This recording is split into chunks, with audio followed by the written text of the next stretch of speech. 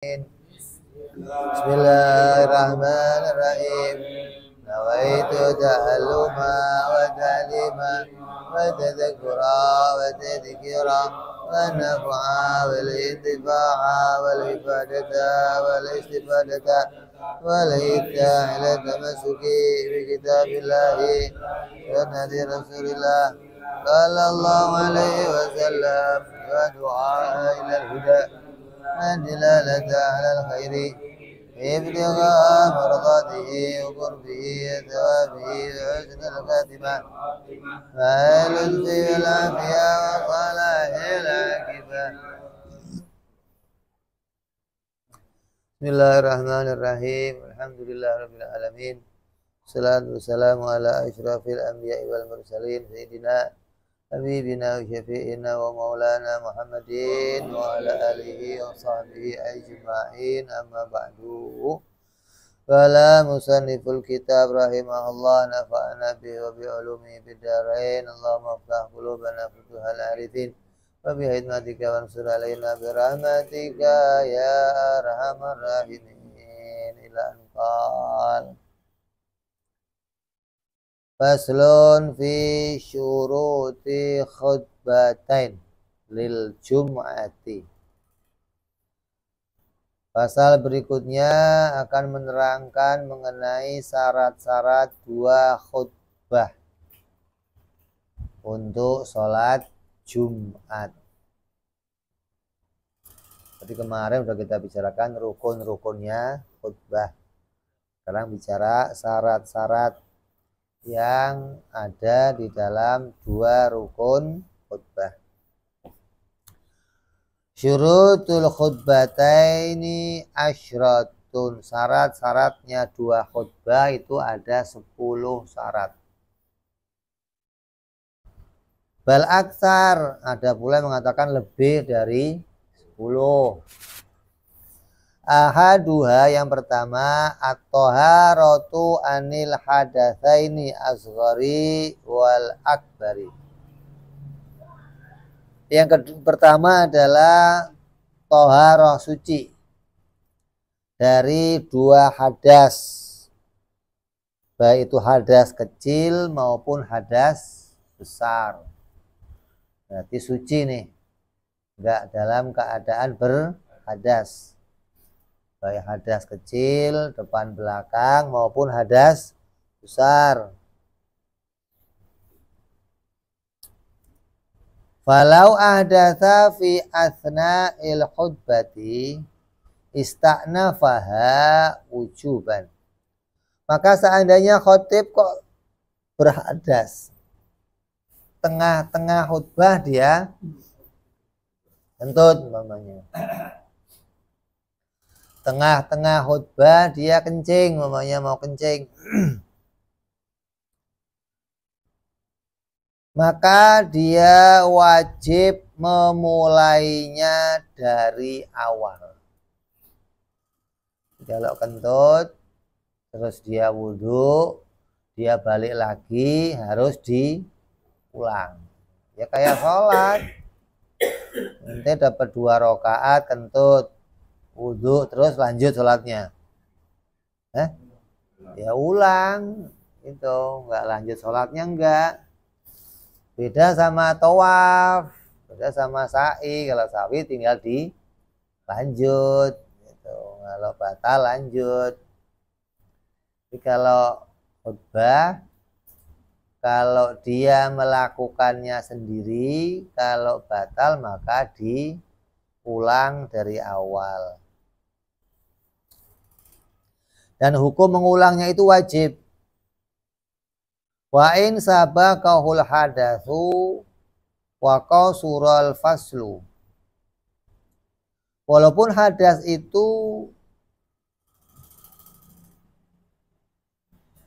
bukan sesuatu yang disengaja gitu loh. Nanti udah diempet-empet nggak kuat gitu maksudnya. Di luar kendalinya gitu maksudnya loh.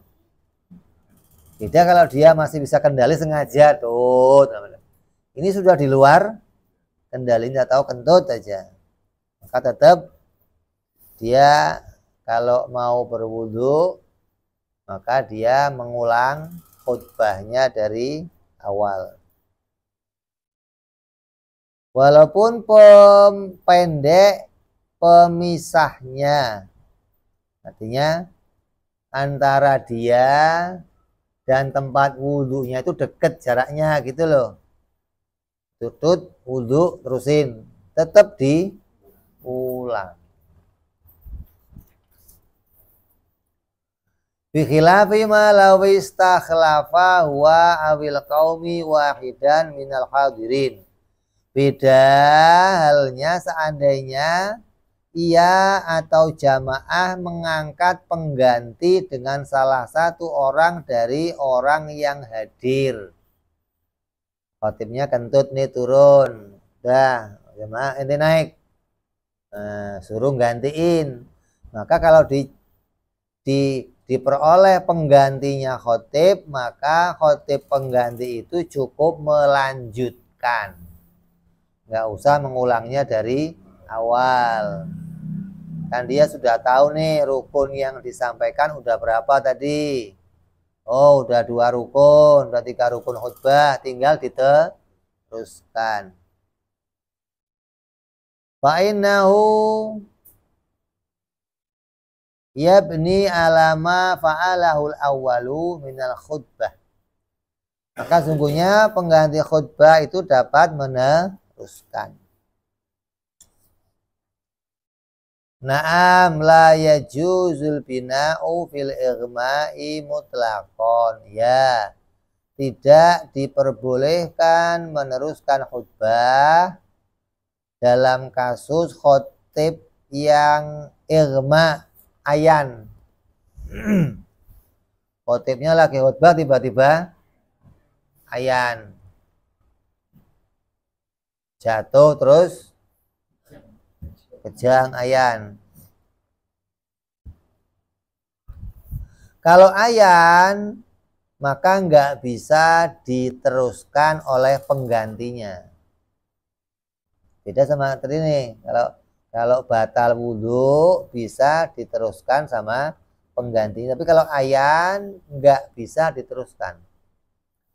Fa'idha ughmiya alal khatib qabla ayyutimma khutbatain lam yajuzul bina'u minhu. Apabila khatib tadi ayan sebelum menyempurnakan 2 khutbah, maka tidak diperbolehkan melanjutkan khutbah darinya. Berarti harus apa? Diulang dari awal. Kok khatibnya nggak lama sadar? Ya ulang. Atau nggak sadar-sadar diganti, ya ulang dari awal. Wala minal khalifati li zawalil ahliyati fihi dunal awali. Dan tidak boleh juga pengganti khutbah karena telah menghilangkan sifat ahliyah. Orang yang berhak untuk dapat mengesahkan ibadah. Apa itu? Hilangnya akal. Beda nih. Hilangnya akal sama hilangnya sucian. Kalau hilang akal berarti batal semua urusannya gitu loh. Kalau hilangnya kesucian masih bisa dilanjutkan. Jadi beda antara hilang akal sama hilang kesucian. Au ahdatsa bainal khutbatain wa sholati fatadhuru an qurbin lam tadurru. Atau khotib berhadas di antara 2 khutbah dan sholat, dan ia bersuci dengan segera, maka tidak berbahaya atau tidak membatalkan khutbahnya. Kalau sudah selesai kentut gimana? Ya cukup wudhu terus sholat, nggak usah diulang lagi dari awal khutbah lagi, nggak usah. Kamu udah selesai 2 khutbah rukun, udah selesai semua, kentut, tinggal sholat gimana? Ya wudhu terus langsung sholat. Kok wudhunya jauh 2 kilo umpamanya, ya gantiin aja yang lain. Ya, khotibnya biar jadi makmum. Yang pertama yaitu harus bersuci dari 2 hadas. Saniha yang keduanya at-thaharatu anin najasati fi thawbi wal badani wal makani, sama kayak sholat nih. Harus suci dari najis, baik pakaiannya, badannya maupun tempatnya yang dipakai untuk khutbah. Wa kadza ma yattasilu biha, dan begitupun sesuatu yang tersambung dengan apa yang dipakainya, nggak boleh tersambung dengan najis. Wa minhu, yang bisa tersambung dengan najis yang juga membatalkan, as-saifu, as-saifun au ukazatun fi asfaliha najasatun. Di antaranya adalah pedang atau tongkat yang di bawahnya ada najis. Kan khotib pegang apa? Tongkat nih. Mau itu tongkat kecil, mau pedang, mau apa, kok di bawahnya ada najis, ketempelan tongkatnya, batal khutbahnya. Jadi bawahnya juga nggak boleh ada najis. Tongkatnya nggak najis, tapi tersentuh sama najis, maka batal. Maka tongkatnya dihitung bersambung dengan perkara yang najis, maka dia ikut najis. Au maudu'un 'alaiha fala yajuzu qabdun dzalika. Atau yang diletakkan di atas najis, maka tidak boleh memegang benda-benda tersebut. Tongkatnya nggak najis, bawah nggak najis, tiangnya najis semuanya, ya nggak boleh disentuh. Ada najisnya di tiang, atau pinggirnya tiang ini najis, ya nggak boleh disentuh. Gitu loh.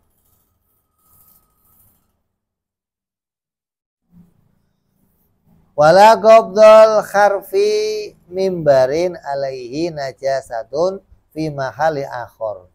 Dan tidak boleh memegang pinggiran mimbar yang terdapat najis pada tempat bagian yang lain dari mimbar. Oh, ada yang najis nih, ya yang dipegang yang enggak najis. Mindalika ayakuna fihi azmun ajin min admil fil. Sama juga terdapat benda-benda yang najis yang nempel pada si tongkat. Seperti apa? Tongkatnya terbuat dari kayu tapi ujungnya ada gadingnya, namanya. Biar keren dikasih hiasan gading. Maka tongkatnya jadi najis. Nggak boleh dipakai untuk khutbah. Kan biasa pedang, gagangnya dari gading namanya. Ya ini nggak boleh untuk khutbah. Wa in qabadha biyadihi ala mahalin najasati batalat khutbatuhu mutlaqon. Maka jika khotib memegang dengan tangannya di atas tempat yang terkena najis, maka batal khutbahnya secara mutlak. Wa in qabadha ala makhali tahirin minhu wa in kana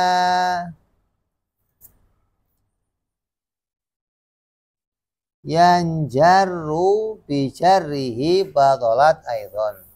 Dan jika ia memegang pada tempat yang suci dari mimbar, lalu jika ia dalam keadaan bisa terseret dengan menarik tangannya, maka batal juga. Kalau dia pegang tempat yang nggak najis, nggak batal. Tapi kok tiba-tiba geser, dasar geser, nempel ke tempat yang najis ya batal. Jadi yang pegang itu nggak boleh ada yang najis, baik itu badannya, pakaiannya, ataupun tempatnya yang diinjek, tempat untuk megang, atau tempatnya tongkatnya, atau tongkatnya sekalian, nggak boleh ada yang tersentuh dengan najis. Ini ada faedah, ada pembahasan. Kala Muhammad bin Ya'qub fil qamus, dalam kitabnya qamus, al-aju admul fil. Yang nama al-aj, karena di sini kan fihi admu ajin. Apa sih ajin itu? Ajin itu ada yang mengatakan tulang gajah atau gading gajah, atau sesuatu yang ada pada dirinya si gajah. Hukumnya apa? Najis. Kalau pakai pipa? Ya apalagi ada najis, kamu mut-mut namanya itu. Lah dilapisin perak, Bib. Jangan perak. Selain perak. Perak juga nggak bisa jadi perhiasan untuk makan minum. Maka selain perak, apa kuningan, apa tembaga, yang lainnya nih ganti, jangan pakai perak.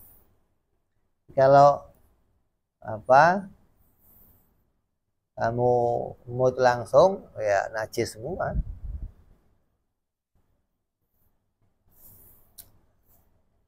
Wa min khawasihi, ada sih faedahnya, ada keistimewaannya gading gajah atau tulang gajah, ada keistimewaannya apa?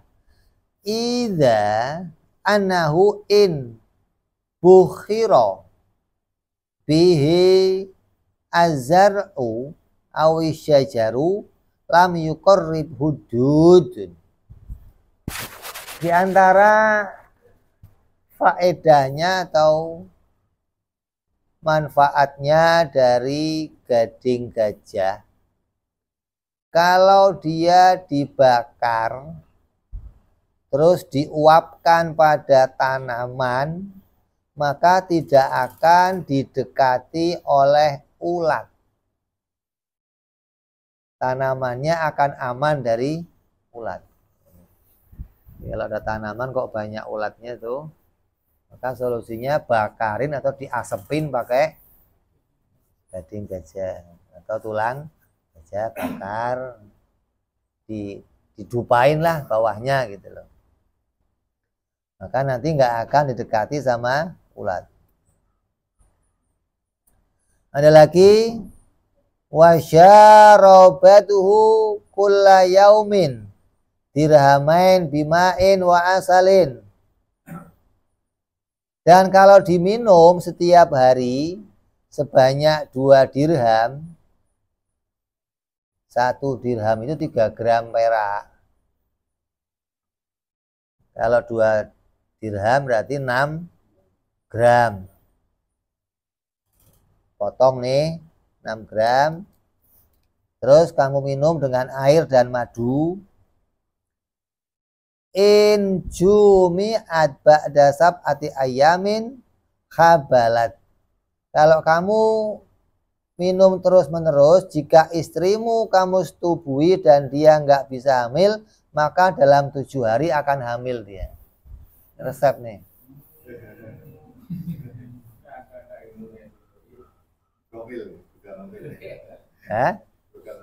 Bukan hamil. Jadi di apa? Digerus apa di apalah untuk campur minum. Ini pembahasan bermasalah. Kenapa? Karena gading itu kan najis. Jadi ada ulama yang mempermasalahkan gitu loh. Kok najis dimakan, diminum gitu loh. Wa qala Ahmad Al-Fayyumi fil Misbahil Munir, dalam kitabnya Misbahul Munir, kata Syekh Ahmad, wal aju anyabul filah. Yang namanya aj itu adalah taring gajah. Sama, mau taringnya, mau tulangnya, mau apa? Taring itu ya gadingnya itu kan taring. Kalau Al-Laits berkata Syekh Al-Laits, wala yusamma ghairun nabin ajan, maka tidak dinamakan selain taring itu sebagai aj, atau selain taring nggak dinamain aj. Wal aj dohru as-sulakhfati al-bahriyah. Kata beliau, apa sih al-aj itu? Al-aj itu punggung kura-kura atau penyu laut. Cangkangnya itu cangkangnya, kalau kata dia keistimewaannya tadi kalau dibakar bisa menghilangkan ulat, kalau dimakan bisa hamil. Jadi kura-kura itu ya tangkurnya ya ada, tangkur gajah ya, apa? Buaya. Oh ada.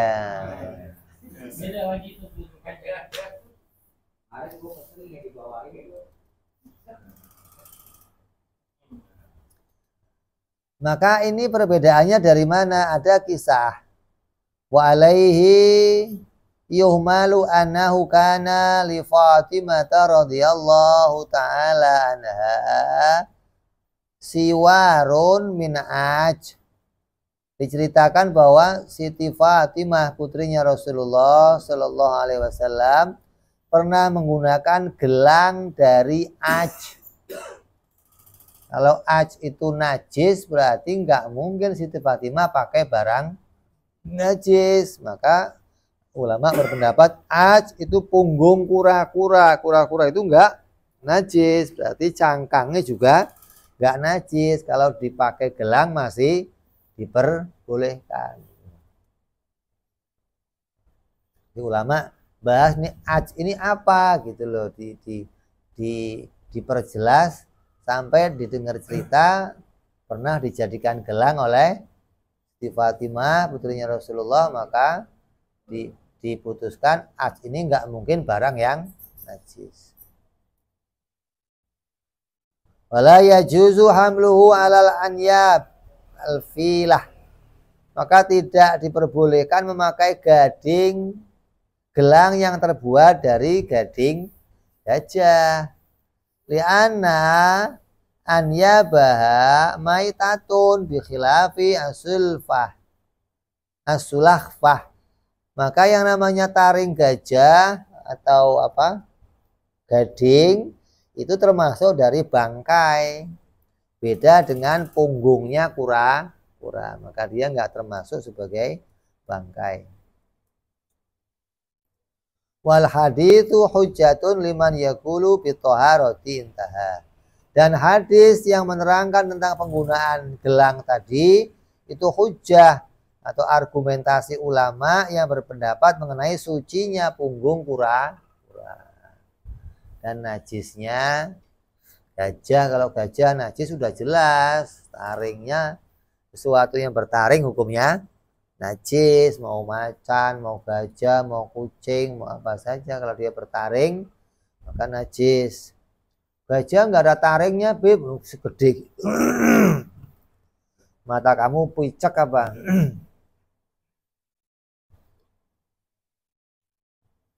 Jadi hukumnya tetap hukum apa? Najis. Terus yang ketiga, wasalitsuha satrul aurat. Syaratnya khutbah, khatib itu harus menutup aurat. Au fi haqqil khatib la fi haqqis sami'in. Yang nutup aurat itu siapa? Yang wajib ya khatib. Kalau pendengarnya gimana?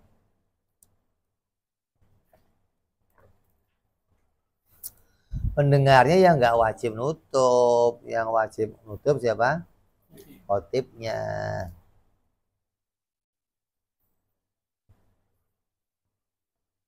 Fala yustaratu satrahum wa kadza tuhruhum.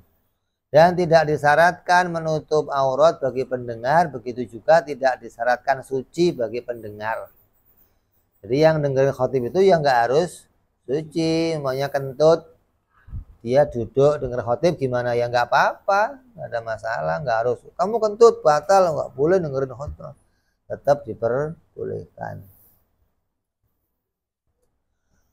Wala kaunuhum bi mahalli salat wala fahmuhum lima sami'uhu kama naqalahu Az-Ziyadi an Ibnu Hajar. Dan tidak disyaratkan keberadaan para pendengar meskipun ada di tempat sholat. Artinya keberadaan pendengar itu bisa di tempat lain.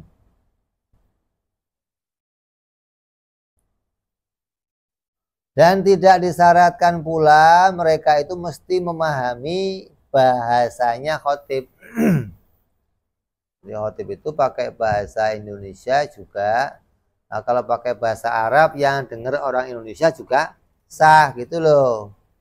Nggak terus, oh ini khotibnya pakai bahasa Arab, saya Indonesia nggak paham, khotibnya nggak bisa nih. Nggak, tetap bisa. Walaupun kamunya nggak paham bahasanya si khotib.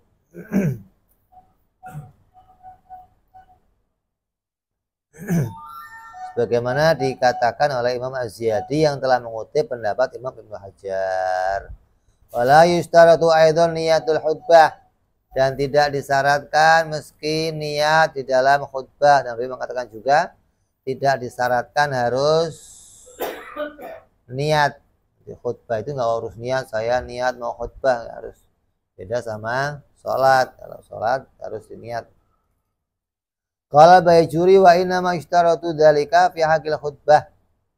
Ya ana khutbatain bi manzilati rakaatain. Kata Imam Baijuri, ya khutbah harus niat juga. Karena khutbah itu dianggap penggantinya sholat 2 rakaat.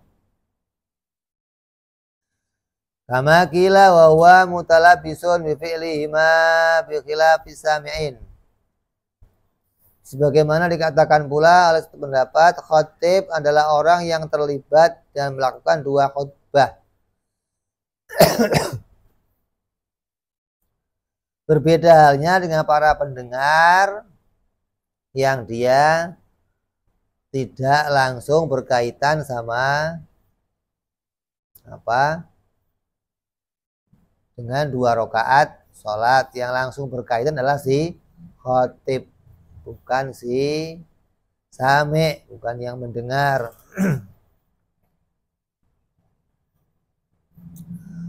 Wadhahir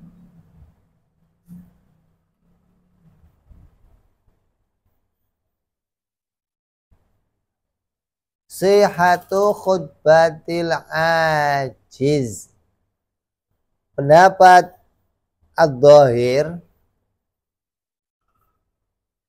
maka sah khutbahnya khotib yang tidak mampu,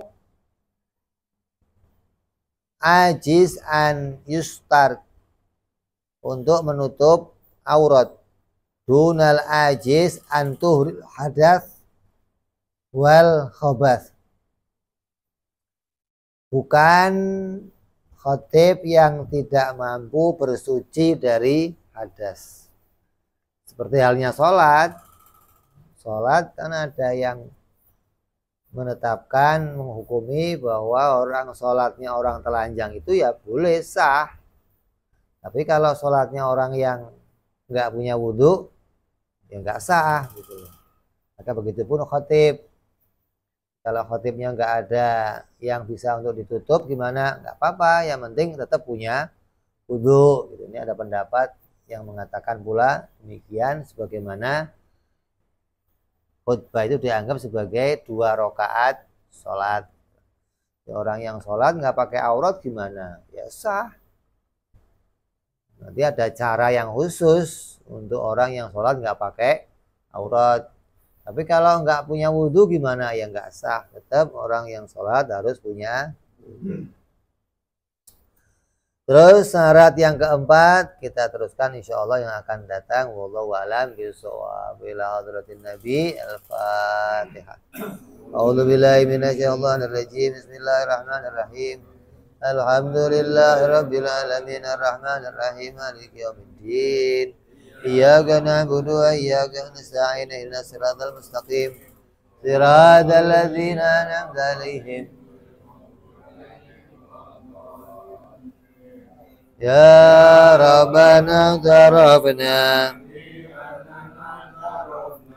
wa anana asrabna la ashrabna wa tub alaina tauba taghsil kulli hauba wa lana aurati wa amin raati waghfir li walidina rabbi wa mauludina wal ali wal ihwani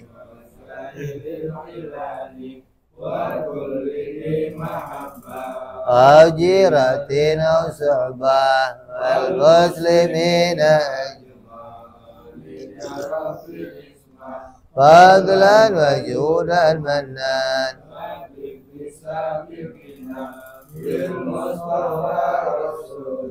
Nada bikuli suli